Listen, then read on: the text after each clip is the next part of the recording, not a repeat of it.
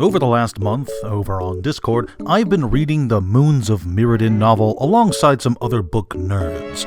Lore is what this channel's all about, after all, and old magic novels are just full of the stuff. In this video, I'll be going over the story, chapter by chapter, talking about it, and going over my thoughts. If you enjoy this kind of content, then head on over to my Discord, because I'll be continuing the story there with the follow-up book, The Darksteel Eye.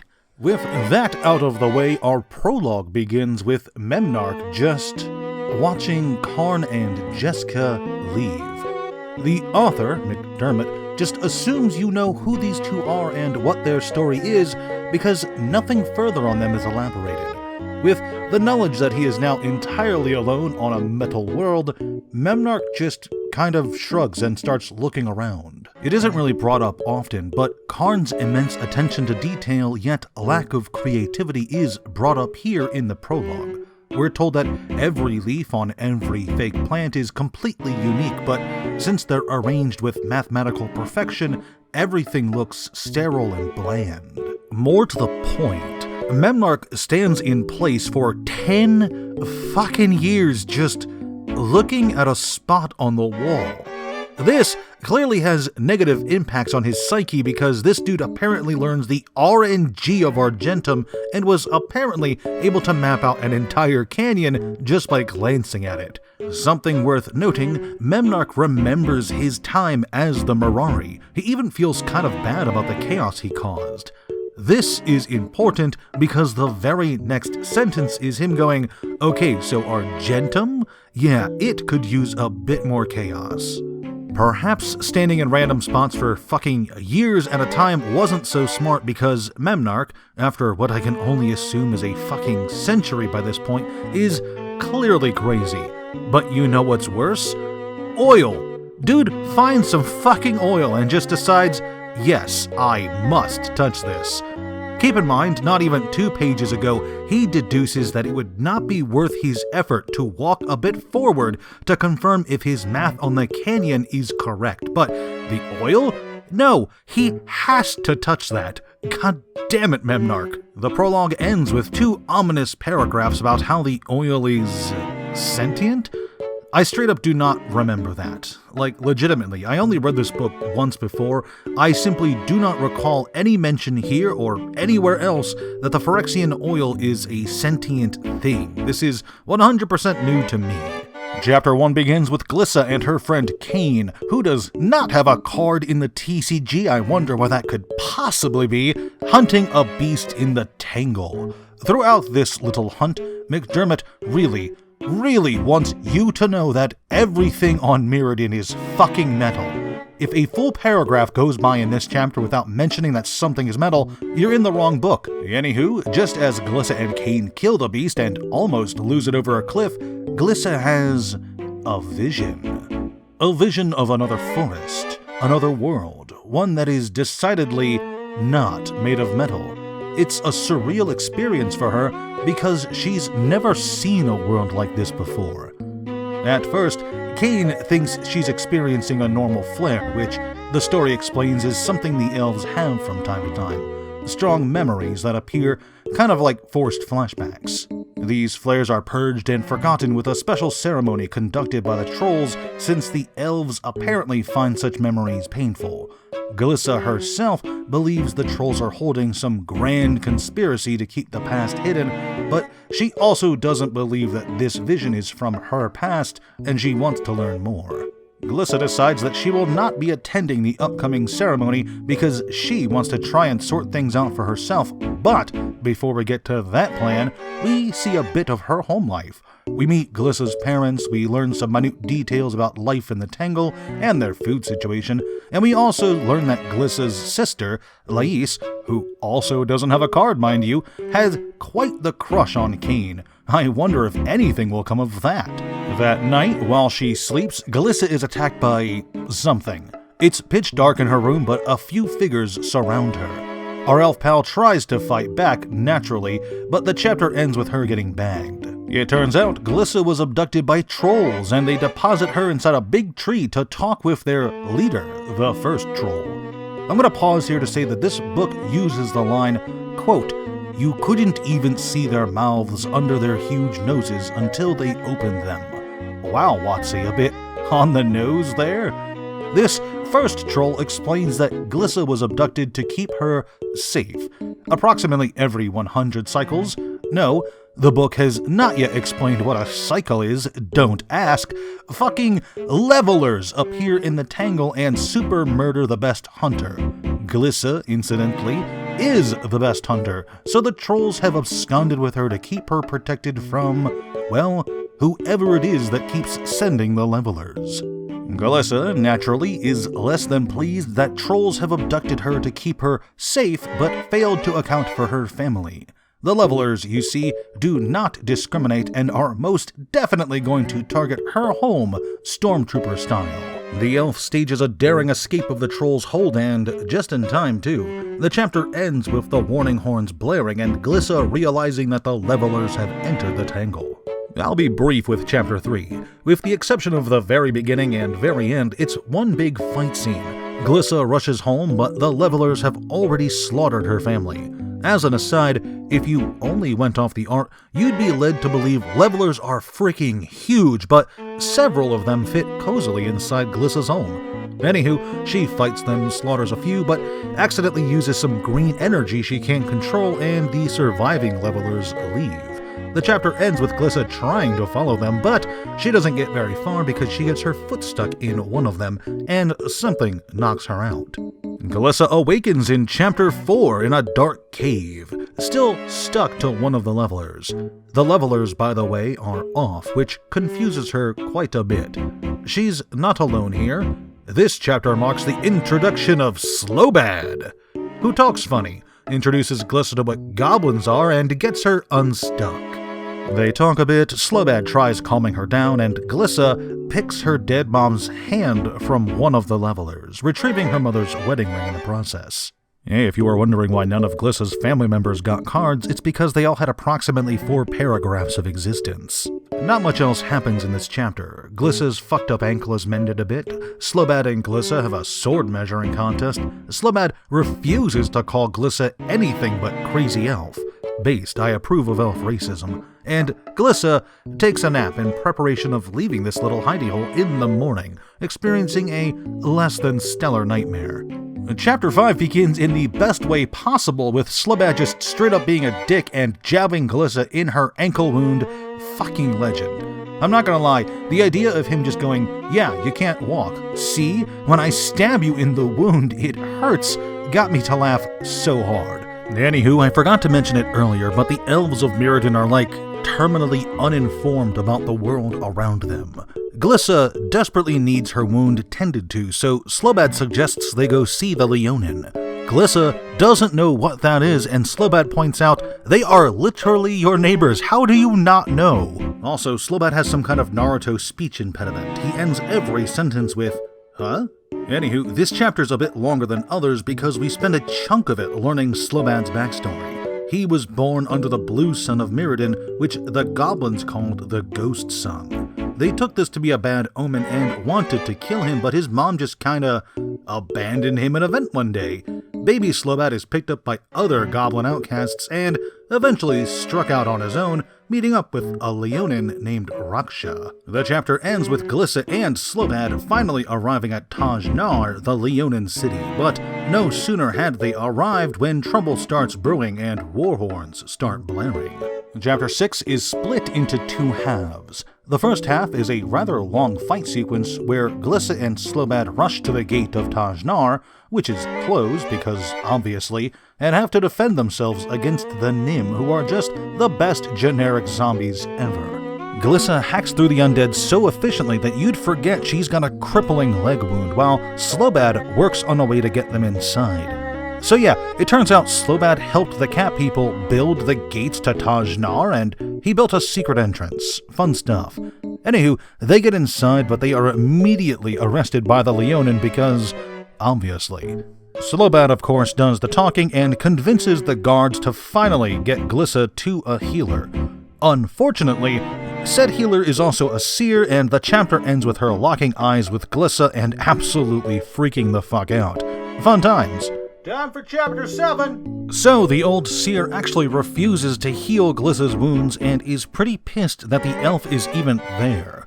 Ushanti, the seer, orders the guards to go grab Raksha, the boss, and starts performing some spooky magic shit with some dust and some other shit that causes Glissa to fall asleep, maybe? The chapter's pretty unclear about this. Anywho, eventually Raksha shows up and they have a bit of a back and forth. Ushanti reveals that she saw a vision of Glissa destroying the world, all the leonin disappearing from Mirrodin and all that. I forgot to mention that Glissa was tied up. As she's explaining her story and how the levelers killed her family, she breaks out of her bindings and attacks Raksha, trying to get them to just let her and Slobad go. Unfortunately for her, Raksha is a better fighter. Fortunately for her, telling the leonin about her run-in with the levelers convinced them that she's an ally, so there's that. Anywho, Glissa's leg is finally healed up and Ushanti enters a trance to try and find the identity of Glissa's sworn enemy, but she's unsuccessful. Glissa hangs out with Raksha for a bit and he convinces her, and Slobad, to go to the Mephidross, to the Vault of Whispers, and find whoever it is who's sending the Nym to attack the leonin and destroy him for good. Chapter 8 begins with some leonin Pteranodon riders giving Glissa and Slobad a lift to the edge of the Mephidross, which is just an awful place to be. One big Dark Souls swamp. 0 out of 10 would not visit. Anywho, even though they're flying, it takes them hours to arrive, which is a sign of how big Mirrodin really is. No sooner are our heroes dropped off when they're attacked by a pack of Nym and have to start wading through the Mephidross to escape. The muck of this place is described quite a bit. It goes up to Glissa's knees and reeks so bad that she almost vomits. After enough mucking around, Glissa actually manages to find the guy. Just some random guy that was controlling the Nym and kills him. RIP minor antagonist, you didn't even get a name. But more important than one dead necromancer is what Slobad finds in the gunk. Dun dun dun! A big golem. I wonder who that could be. Chapter 9 starts with Glissa and Slobad hauling this big old golem to one of the nearest chimneys. The book never quite clarifies what a chimney is, but I'll just assume it's synonymous with pillar, and Slobad starts tinkering with it, cleaning the thing up and trying to get it to work. Glissa, naturally, thinks the golem is a lost cause and wants to get moving. Of course, no sooner do they start to head out when one of the chimneys in the distance moves.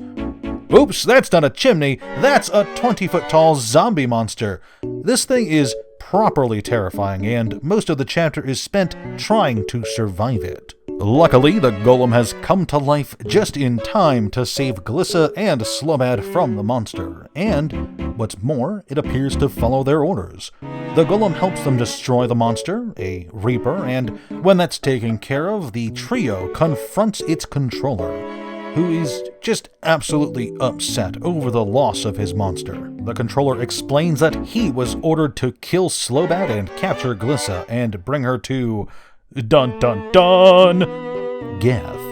The chapter ends with Glissa, Slobad, and their new golem buddy being led by this controller to the Vault of Whispers to have a little chat with this Geth. Chapter 10 is called the Vault of Whispers, so you better have a copy when reading it. In this chapter, we finally get around to meeting Geth, and it's great, but before that, Glissa, for some reason, decides that Slobad and the super big, super strong golem should wait outside. For tactical reasons, I suppose. Anywho, Yurt, the controller's name is Yurt, takes Glissa to meet Geth in all his cocky glory. He looks obviously different from everyone else in the Mephidross because Glissa describes him as almost human. This is noteworthy because, unless I'm mistaken, Glissa's never seen a human. We have an excellent bit of dialogue here, by the way. Glissa demands to know what Geth wants with her and threatens to kill Yurt if he doesn't tell. Geth's response is, "Go ahead, kill him. I have hundreds of Yurts." So Glissa responds by knocking Yurt out and going, "How many Geths do you have?" 10 out of 10 material right there, not gonna lie. Anywho, Glissa fights Geth's pet vampire, kicks its ass, interrogates Geth a bit, and leaves. Turns out the guy was paid in serum to attack her by some mystery individual. And just as Glissa gets outside, and just after another vision fucks her up for a bit, we get our first spoken word from that big old golem, Memnarch. Chapter 11 is Glissa's return trip to the Cat People village, and she tells them what she learned and reports that there shouldn't be any more Nim attacks. If this were a video game, she'd have a fat pile of XP right about now. Anywho, they have a little feast and we learn a bit more about leonin culture, including how their ritualistic feasts go. And I am absolutely loving the lore drop here. Beautiful. And afterwards, it's back to Ushanti for more cryptic bullshit. It's not an exact quote, but Glissa asks the Leonin seer how she can save the world, and this lady, no joke, says, "Kill yourself." Fucking savage. Anywho, the second part of the chapter is an attack on the Leonin village. Not by Nim this time, but by some flying silver monsters Glissa spotted before. The elf tries to help out, but the battle is more or less over in 2 pages, and the big tragedy of it all is that Raksha's love interest is killed in a pretty brutal way, like, hot damn. She wasn't even part of the fight, she just kind of gets drive-by vaporized, holy shit. Like, imagine minding your own business one day and hearing some shit go on outside, so you open your front door to check what's up, and a flying tank just obliterates you. That's how this Leonin chick dies, basically. Rip Rashan, you had more lines than Glissa's family, I guess. Chapter 12, baby, it's a pretty dour one. Rashan's death hit Raksha pretty frickin' hard, and Ushanti, who was Rashan's mom, by the way, is, less than happy. So, Glissa and Slobad leave the Leonin village because it's probably for the best. Anywho, without much of a plan, Slobad and Glissa agree to try and repair their big golem buddy, and for that, they need time. So, Glissa makes the genius-level IQ plan of returning to the trolls. Nice. The rest of the chapter is an absolute lore dump for us, as we get told a bit about Memnarch, the fact that the people of Mirrodin are from other worlds, and the first hint at what makes Glissa so important. The Troll Elder says that she's a nexus of power. We get some other stuff too, like what Blinkmoth serum is and who is most likely out to kill Glissa. The Troll Elder thinks it's the Vidalkin. The chapter ends with another troll trying to assassinate Glissa, but getting the Elder instead, and he lays with a gaping chest wound and gives us one last detail. Mirrodin is hollow. Chapter 13 is basically one big chase sequence as Glissa tries to catch the troll who killed the Elder. She meets up with Cain. Hey, remember Cain from way back in Chapter 1? Yeah, he's relevant now. And together the two trick and corner the troll. The High Priest, in fact. Anywho, I'll be brief because Glissa interrogates the guy a bit, gets some half answers about who paid him to attack her, but before much can be said, the chapter ends with a bolt of lightning from nowhere vaporizing the troll. Fun stuff. Now, Chapter 14 was written by a fucking sadist because those flying monsters are back and they mean business, and we get a fake out of Cain's death, only for him to actually die like 2 pages later in excruciating detail. No, seriously, Glissa thinks he dies, but then he's alive. She has just enough time to plan her whole life out with him, and then he's melted down to just his head. Fucking metal. Anywho, Glissa obviously has a bit of a meltdown over this and unleashes some hardcore magical energy, destroying all of the flying creatures. Did I mention the guy controlling them shows up? Yeah, he's in like half a page just to mock Glissa before getting his fingers cut off and disappearing. Moving on. So, after watching her best friend love interest die horribly, Glissa spends the first part of Chapter 15 in a bit of a daze. Like 3 days of just staring off in the distance. Slobad and the Golem carry her off to safety, this time to Slobad's outcast goblin buddies. Glissa is still pretty bent out of shape even after coming out of her stupor, but she vows to find the person behind this and kill him. Oh, did I mention she has his fingers? Yeah, Glissa had been literally holding onto this guy's severed fingers for 3 days, just gripping them, and like, okay, I get it, it's an emotional tough time for her, but dude, what the fuck, that's gross as hell, man. Enough about that though, our trio ends up in the Kruk clan tunnels and a lot of exposition is dealt out in this chapter. Bosch can talk now. Hey, the Golem's name is Bosch, and he confirms that Mirrodin is indeed hollow and that Memnarch lives inside, but he can't recall much else. This lore dump is interrupted by our next encounter, more mechanical assassins arriving and attacking, killing plenty of goblins before Glissa and Slobad escape, with Bosch buying them some time. Chapter 16 has Glissa completely breaking down from the stress, and she actually starts screaming at, accusing, and threatening Slobad. He assures her that he did not kill her friends and family, at which point we get a good idea of just how screwed Glissa is right now. "Then who did?" screamed Glissa. "I have to blame somebody. If not you, then who? Me? Is that what you're saying?" Yeah, she's not doing too great, but it's cool because immediately afterwards, there's some really heartwarming stuff from Slobad. "You my family now, huh?" said Slobad.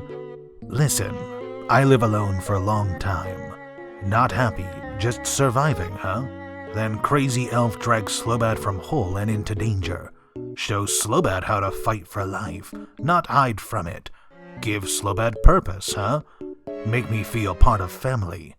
Anywho, Slobad and Glissa decide to return to the goblin tunnels to try and save everyone, but they find the place abandoned. Turns out the goblin shamans of the Kruk clan, who are also in league with the Vidalcan, took the bodies, and Bosch too, to be incinerated in a furnace to reclaim their metal. The pair mount a daring rescue, saving Slobad's goblin friends and preparing to save Bosch, the chapter ending with Slobad surrounded. Chapter 17 is basically one big fight scene as Glissa takes on the goblins to buy Slobad time to repair Bosch. She actually does pretty well for someone who spent like 3 days in a catatonic state, but she still gets caught dangling over a bridge. Here, we get to see the absolute Einstein that is your average goblin. "I think you know. I'm sure it is no coincidence, huh? An intruder destroying the great furnace as prisoners are free? Two are connected." Fucking Sherlock Holmes right there. Anywho, a mostly reassembled Bosch saves Glissa's hide and carries her out, with this chapter ending with the pair entering a vast chasm with a goblin army on their heels and Bosch remembering more stuff. Chapter 18 is split into 3 parts. The first is Bosch and Glissa reuniting with Slobad and being happy with all the survivors. The other 2 parts are mixed together.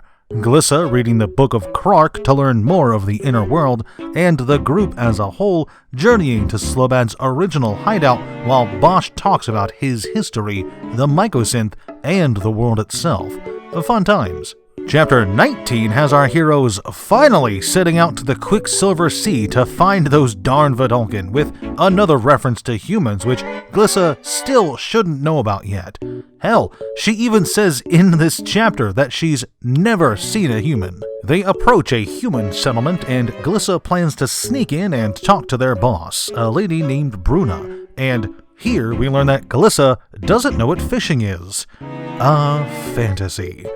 Anywho, the meeting goes well. Glissa tries to trick Bruna to leading her right to the Vidalcan, but the lady sees right through her BS. But it's okay because those flying monsters attack again, and we learn that the humans aren't exactly big fans of the Vidalcan anyway. Chapter 20 is one big chase scene as Glissa and her friends, alongside this Bruna lady, flee the town on a boat with those flying constructs in hot pursuit. The group eventually manages to destroy some and lose the rest, and on an island, they have a little chat where Bruna not only lore dumps how the Vidalcan treat humans like slaves, but she also agrees to help Glissa in her quest. Chapter 21 has Bruna lore dump her personal history, good stuff and all that jazz, and then they get in a submarine! In Chapter 22, our heroes, in a little rust bucket sub, are dragged along by Bosch, which I'm sure is absolutely safe and nothing could possibly go wrong. There's a fun passage where some underwater eels attack our big boy, but he just doesn't seem to care. Absolute unit.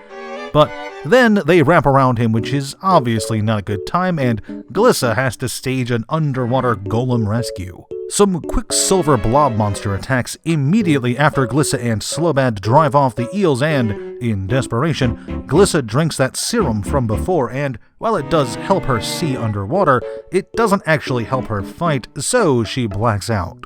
Chapter 23 has Glissa experiencing a vivid vision of the world before, of a beautiful forest she and her fellow elves lived in, before a sudden flash of thunder brings her and the others to a new metal world.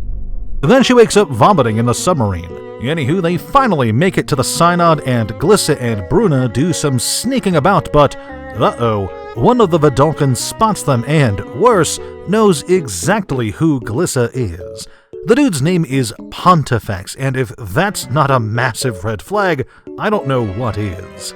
Chapter 24 is a little stroll up the Synod with Pontifex, having our duo as prisoners at first. Then they beat up his guards and take him prisoner, leading them to the Pool of Knowledge. Hey, remember those fingers from before? Yeah, it turns out Glissa kept them. Good thing too, since the Vidalcan have fingerprint magic. It's still fucking disgusting though. No sooner do they get into the Pool of Knowledge chamber when Janus, yes, the villain of this book is named Janus, finally appears. Short 2 fingers. Actually, I've got to have a chat with McDermott, because the evil mastermind who's been hunting Glissa and slaughtering her friends and allies is named frickin' Janus, while the guy named Pontifex is some dope who gets beaten and humiliated in 30 seconds. That's awful. Back on track, Chapter 25 is technically the big dramatic confrontation of the story, with Janus and his guards squaring off with Glissa and Bruna, and while the girls do a pretty good job, Janus has a lot of guards. So, Glissa surrenders when Janus promises to spare her friends, and of course, he immediately says he'll kill them anyway. It's just so cacklingly villainous. Why isn't this guy named Pontifex? It doesn't matter though, Glissa activates her mystery powers and vaporizes all of the guards. Pontifex and Janus have a little argument because it turns out Janus is planning to usurp the Vidalcan god, and Pontifex doesn't like that very much, but don't worry, because Glissa takes the guy's staff and just melts Janus, which, really, it's kind of anticlimactic. But don't worry, we are not done yet.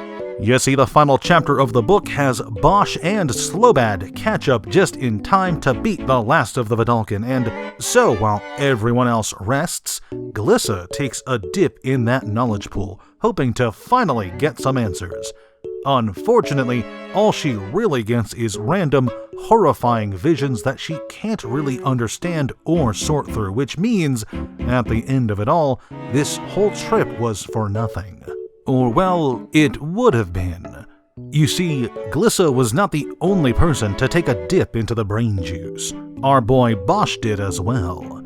And so, the Moons of Mirrodin ends with a single revelation. He remembers everything. And that's it. The first entry in the Mirrodin-Block novels and our first real peek at this metal world. Honestly, it was refreshing. Older magic novels are absolutely nothing like what WotC is spewing out these days. They have a lot of detail and character put into them, and just about every chapter gives you a new bit of lore. The Vidalcan view Memnarch as their god, the leonin treat meals as a ceremonial affair, and the goblins see the big hole in the ground that the red sun came out of as their mother's womb, as well as plenty of other details you'd never know just casually glancing at the cards.